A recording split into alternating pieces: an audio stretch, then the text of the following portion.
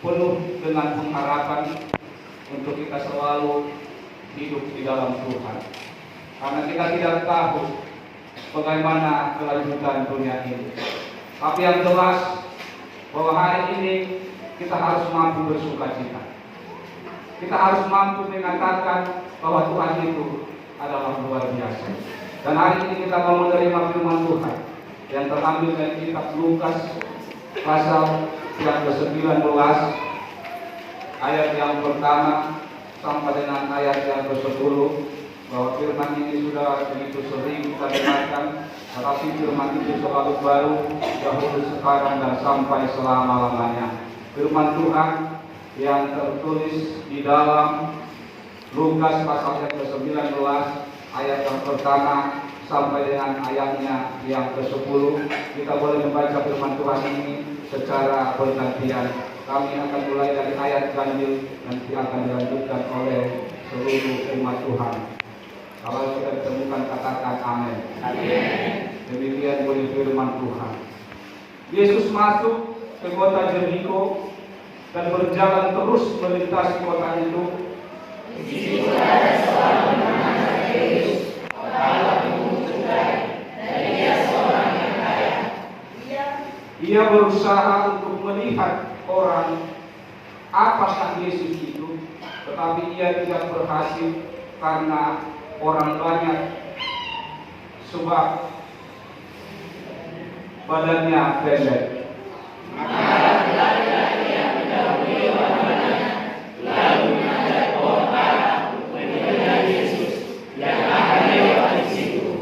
Ketika Yesus sampai ke tempat itu, ia melihat ke atas dan berkata, Zakheus, segeralah turun, sebab hari ini aku harus menumpang di rumahmu.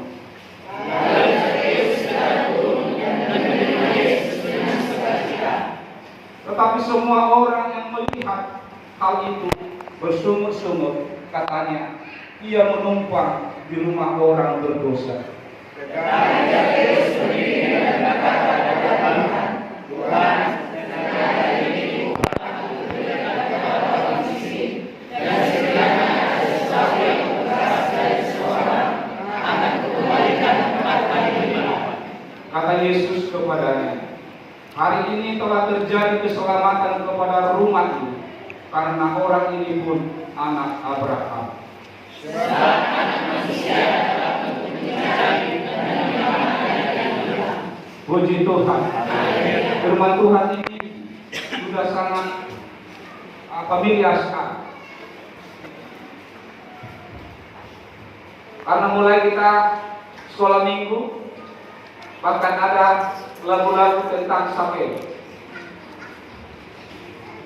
Kenapa begitu tenar lagu atau perkataan firman Tuhan ini?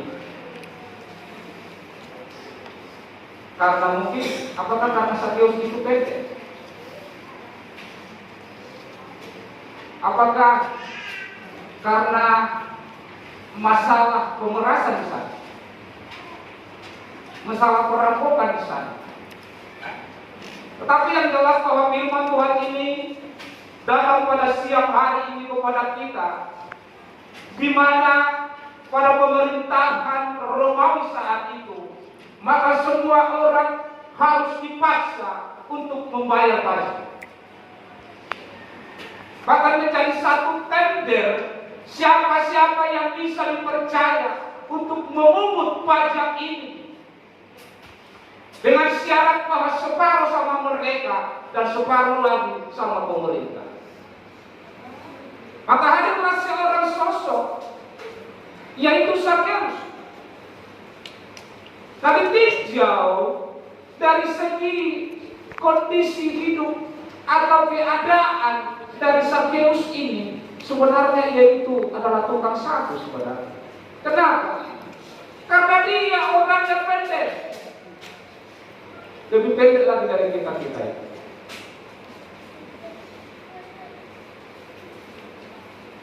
Tetapi Zakheus berbicara di sini bahwa dia adalah kepala, bukan hanya pemungut cukai, tetapi dia kepala pemungut cukai.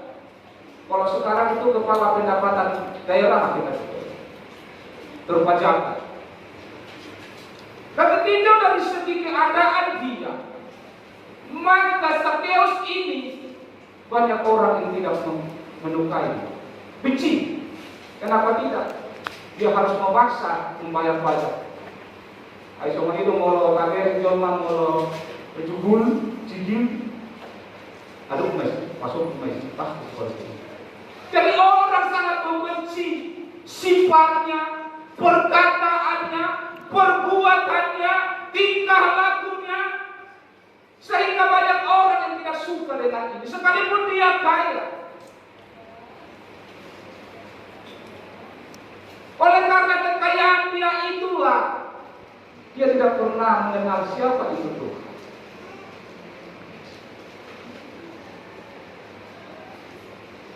Tetapi banyak orang bercerita bahwa Yesus datang ke sini. Sekalipun dia kaya, dia penasaran siapa itu Tuhan. Ada rasa penasaran di sana. Di dalam ayatnya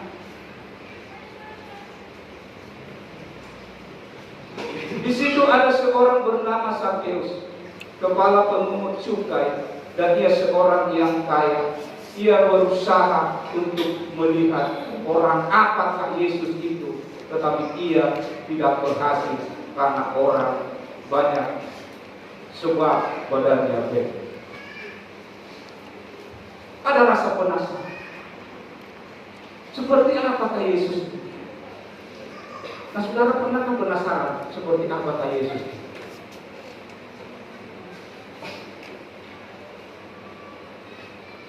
Nah, orang yang selalu penasaran, dia akan berusaha untuk mendapatkan dia, apapun itu.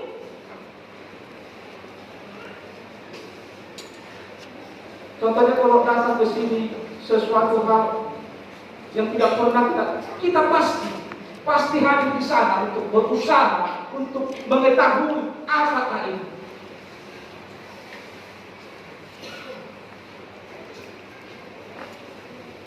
Sehingga di dalam dia penasaran, dia mencari siapa, karena Yesus mau datang ke Jeriko di sana.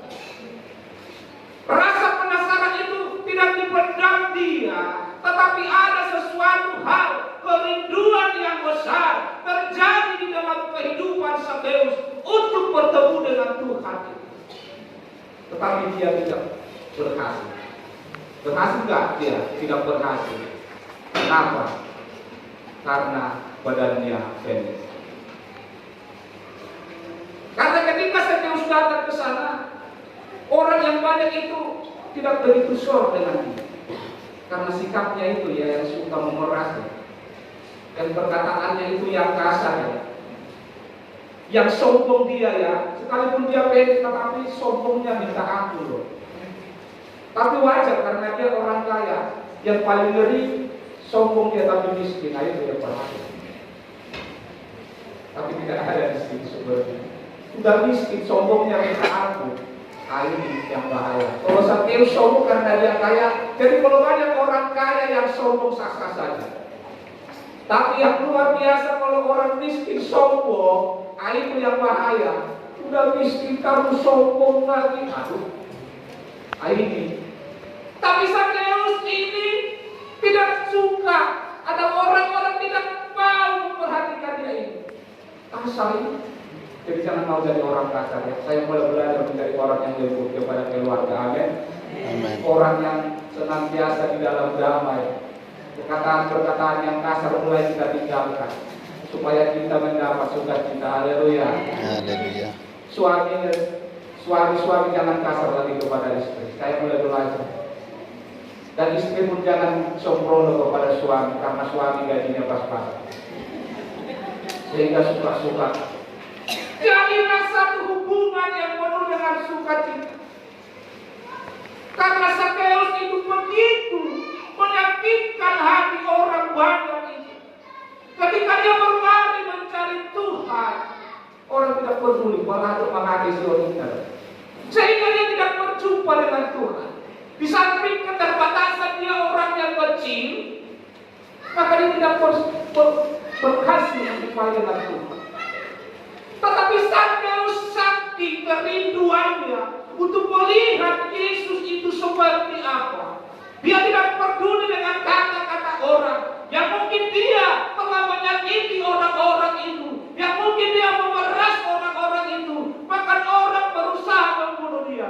Dia tidak peduli, sebab penasaran itu akan dia buktikan bahwa di sana dia, yaitu ayat yang selanjutnya, dia maka berlarilah ia mendahului orang banyak, lalu memanjat pohon ara untuk melihat Yesus akan lewat di situ. Dia berlari. Kata berlari di sini tidak lambat-lambat. Nah, untuk mendapatkan Yesus itu ada satu tindakan yang positif, bahwa setiap umat itu harus berusaha berlari. Tidak terlambat. Udah kau tidak tahu. Nah, ada kamu ini macam video. Aina hipo tak kau mana kau tulis. Wajar memang. Sekupang dengan batuan sangat jauh sekali.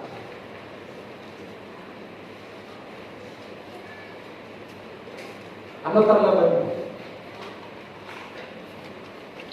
Jadi orang yang mau mencari Tuhan itu harus berlari. Amin. Jangan suka terlambat. Tetapi Sakeus berlari, tidak peduli dengan keterbatasannya, sekalipun jalannya atau orangnya pendek. Gak tahu di mana jalannya, karena gini-gini lah mungkin dia ya. Tapi berlari, semangat yang luar biasa terjadi bagi diri Sakeus yang begitu luar biasa di sana. Tidak peduli apa kata orang. Yang sangat bahwa hari ini aku akan berjumpa dengan Tuhan. Jadi kita ini harus kita berlari, amin. Kita harus benar-benar berlari. Jangan suka berlambat-lambat. Jadikan kita menjadi teladan. Haleluya. Paulus berkata kepada Timotius, jadilah teladan. Jadilah teladan dalam perkataanmu, dalam tingkah lakumu, dalam kasihmu, dalam kesetiaanmu, dan dalam kesucianmu. Teladan. Sudah begitu lama kita mengikut Tuhan. Apakah kita merasakan rasa penasaran untuk bertemu dengan Tuhan? Jadi kita ubah setiap kehidupan ini. Saya bukan hanya berkata kepada saudara, tetapi yang pertama bagi diri saya. Karena firman Tuhan itu lebih tajam dari permata mana dua manapun. Yang pertama, saya yang kenal, baru saudara. Ketika saya mengangkat pedang itu, yang pertama saya yang kenal, yang kedua baru saudara. Itu pedang bermata dua, sehingga firman Tuhan itu dikatakan lebih tajam dari pedang bermata dua mata. Jadi kita umat-umat Tuhan, begitu lamanya kita mengikut Tuhan, tetapi apakah kita berjumpa dengan Tuhan? Sakeus tidak peduli di sana, tetapi dia punya anak. Oleh saking pendeknya dia, maka dia memanjat pohon ara. Satu gambaran bagi kehidupan kita. Tuhan tidak pernah menilai segi apa kehidupan. Sekalipun kamu orang miskin secara duniawi, orang kaya, ataupun timpang, ataupun yang keterbatasan, ataupun yang hal-hal yang lain, bahkan engkau seolah-olah tidak berani. Tetapi ketika kamu berlari karena kerinduanmu kepada Tuhan, maka kamu dipastikan akan berjumpa dengan Tuhan. Haleluya. Sakeus ini membuktikan bahwa dia tidak peduli dengan kata orang. Tetapi keterbatasan dia tidak menjadi pengaruh bagi, sehingga dia memanjat pohon apa bunda pemudi? Pohon apa? Pohon ara ya. Kalau bahasa Batak ini bilang gala-gala. Pohon gala-gala. Ada pohon gala-gala dulu. bersama lima. Jadi ketika Sakeus itu telah berhasil membaca, atau artinya bahwa sebentar lagi Yesus akan lewat di sana, maka Yesus berkata kepada dia. Ketika Yesus sampai di tempat itu, ia melihat ke atas dan berkata, Sakeus, segera turun, sebab hari ini aku harus menumpang di rumahmu. Lalu Sakeus segera turun dan menerima Yesus dengan sukacita. Jadi orang yang telah bertemu dengan Yesus, orang yang sudah berjumpa dengan Yesus, mereka akan bersukacita. Haleluya. Jadi orang yang tidak bertemu dengan Yesus, dia tidak akan bersukacita. Jadi mau orang kasih situ hal tidak ada rasa sukacita, perlu ditanya apakah dia sudah bertemu dengan Yesus. Bersukacita dengan senang sama nggak pemuda-pemudi? Coba, sama nggak bersukacita dengan senang? Sama? Sama? Tidak sama. Karena senang itu berurusan dengan kepuasan. Mulu malah hari kumur atau kono tidak tahu. Nah besok itu mulu aku dulu dong mau bimam itu. Itu senang. Banyak ibu-ibu yang suka seperti itu pergi ke mall, taruh bol, tapi ludes sebenarnya. Tetapi itulah kesenangan, kepuasan terjadi di sana. Tetapi sukacita itu adalah sikap kita terhadap semua keadaan. Makanya dibilang bersukacita adalah senantiasa.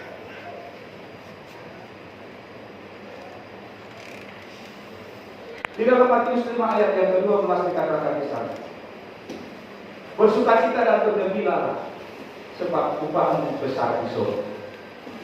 Jadi orang-orang Kristen harus dipastikan penuh dengan sukacita. Una-una muru. Sauna muru terus, roti gereja muru, mulai pisang gereja tetap muru. Kayak hari kabar dan orang sukacita itu harus nyata dan terjadi di dalam kehidupan kita. Ketika kita tidak mau bersukacita, berarti kita belum berjumpa dengan Tuhan.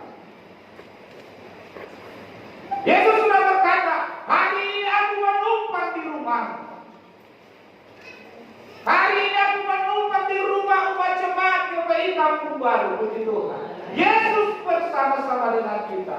Yesus menumpang di rumah kita. Yesus ada di dalam hati kita. Berarti kita penuh dengan sukacita. Maka pastikan hari ini bahwa kita berjumpa dengan Tuhan. Amin. Pastikan hari ini bahwa engkau berjumpa dengan Tuhan.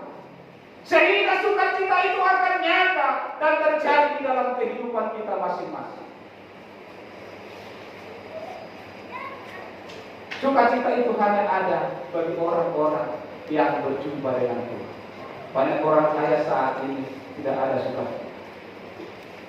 Sakeus tidak pernah ada sukacita sebelum dia mengenal Tuhan. Yang ada di dalam dia adalah keegoisan, kesombongan, kemunafikan, bahkan dendam. Tetapi ketika dia penasaran melihat siapa Yesus itu, ketika Yesus sudah melihat dia, maka bersukacita dia. Haleluya. Dan kita harus bersukacita. Jangan selalu mempersalahkan suami dan istri. Kesalahan-kesalahan yang lalu kita tinggal. Kita harus melangkah untuk ke depan. Dan yang kedua, perjumpaan Sakeus dengan Tuhan adalah membuat dia menyadari kesalahannya. Ayat yang 8b dikatakan di sana.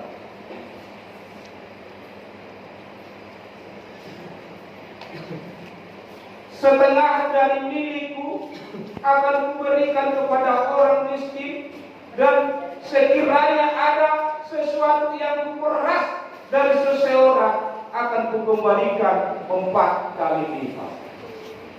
Jadi orang yang sudah berjumpa dengan Tuhan harus menyadari kesalahan-kesalahan. Ketika kita sudah berjumpa dengan Yesus, maka kita harus menyadari setiap kesalahan. Salah manusia nanda, salah manusia anak.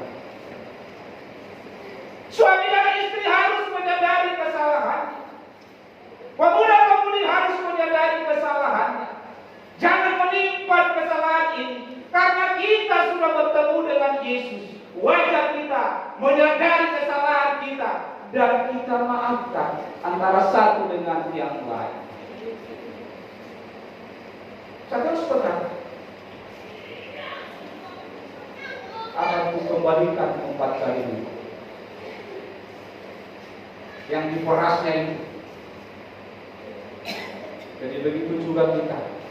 Apa hubungan-hubungan kita dengan orang kita selesaikan. Kita harus berdamai. Jangan kita menganggap itu sesuatu hal yang sangat-sangat membuat menjadi duri di dalam hidup kita, sehingga kita tidak bisa untuk tetap berjalan bersama dengan Tuhan. Kesalahan-kesalahan itu harus dihindarkan. Ada saudara kita bersalah.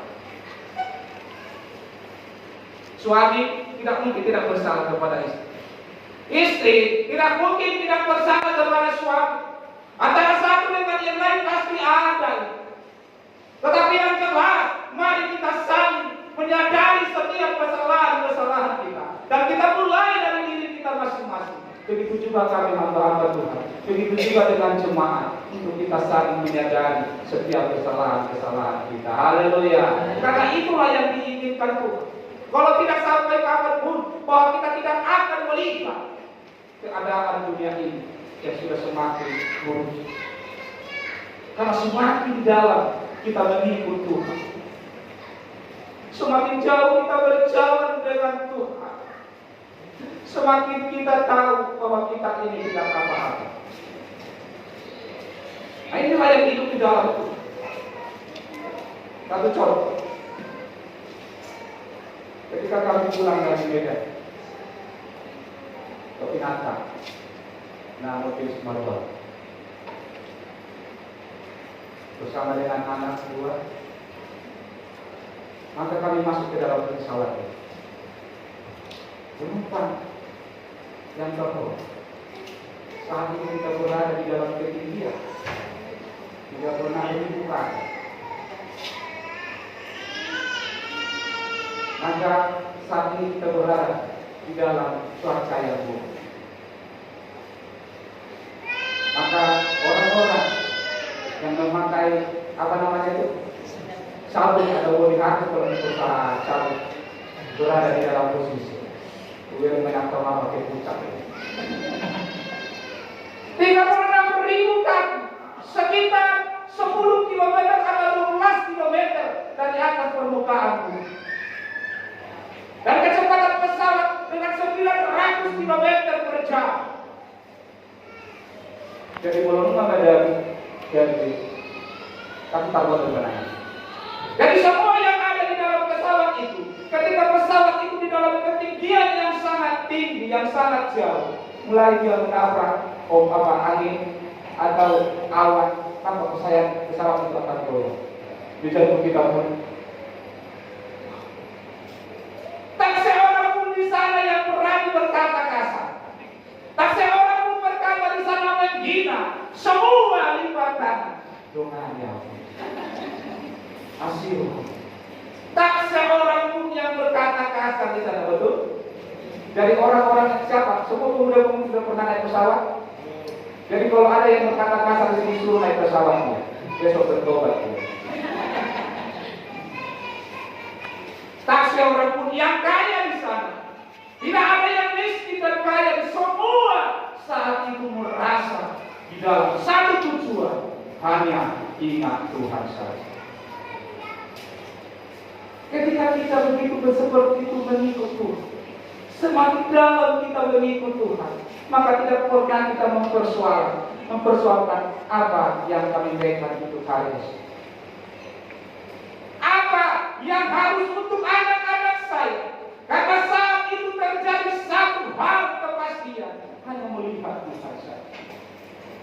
Mudah-mudahan kita nanti semua naik pesawat supaya kita merasa.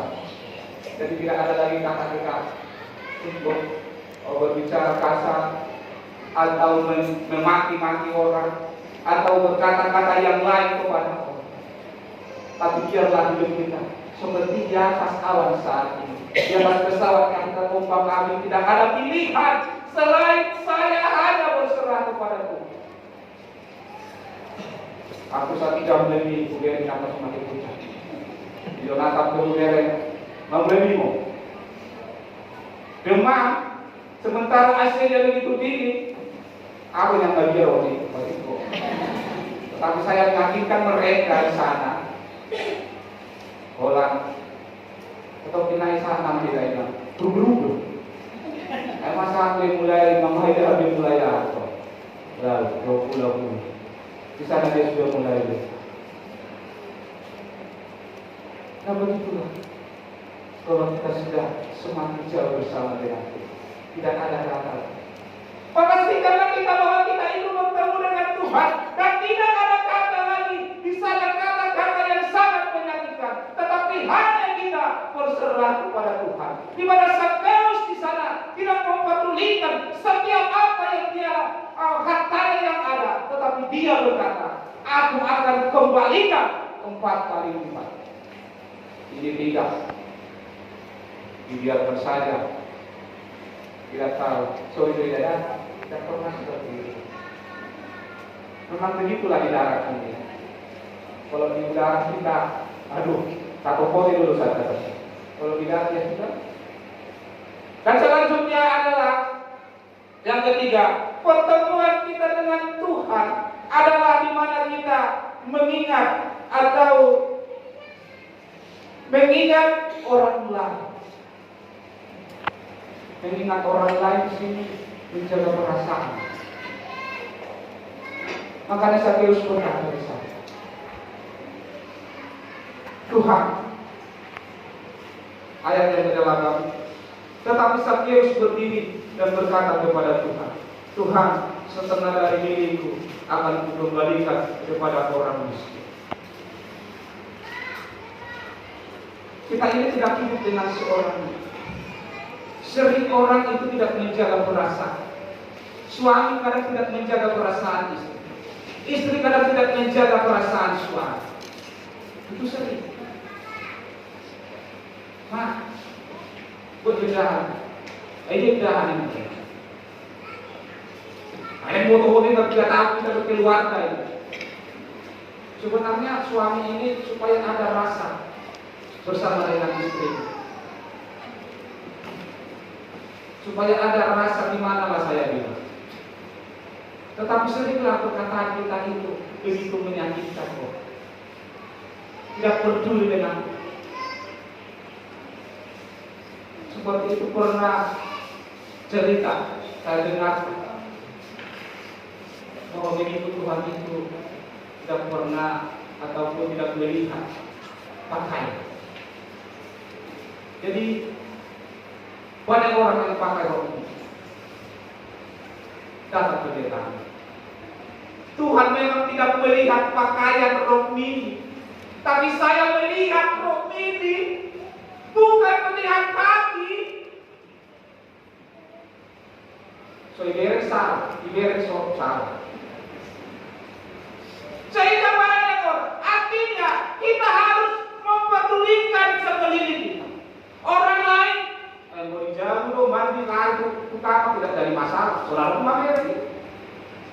Anak kecil itulah, atau mandi di kamar mandi lari ya, tidak ada. Kita kan punya teman, punya orang, bahwa kita harus menjaga perasaan. Karena ini sering terjadi, tidak menjaga perasaan. Sakeus menjaga perasaan yang dia senantiasa perah. Dia selalu maafin. Harta yang akan diberikan kepada. Itulah orang yang sudah berjumpa dengan Tuhan. Jadi mulut seringgo menggosip, seringgo tidak menjaga perasaan orang, berarti belum bertemu dengan Tuhan. Ini pasti. Jadi orang yang sudah bertemu dengan Tuhan, Orang yang sudah berjumpa dengan Yesus, dia akan selalu menjaga perasaan orang. Haleluya. Ini tidak ada seperti itu. Itu hanya di sana. Amin. Kita percaya bahwa umat-umat Tuhan itu antara yang satu dengan yang lain saling membutuhkan. Berarti kita harus saling menjaga perasaan orang lain.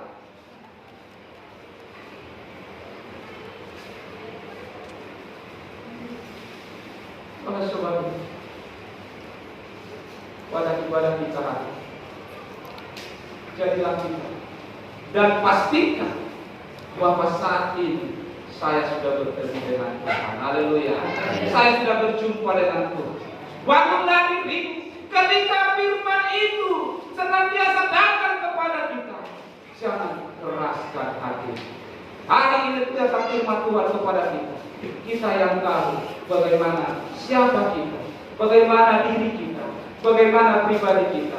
Biarlah kita senantiasa datang kepada Tuhan, membawa seluruh kehidupan kita. Dan orang-orang yang bertemu dengan Tuhan, orang-orang yang berjumpa dengan Tuhan, maka hidupnya akan diubah menjadi manusia yang baru. Maka oleh sebab itu, tinggalkan manusia lama, tinggalkan sifat-sifat lama, tinggalkan hal-hal yang lama. Jadilah kita menjadi manusia yang baru, yang senantiasa Tuhan kehendaki dari setiap kehidupan kita. Haleluya.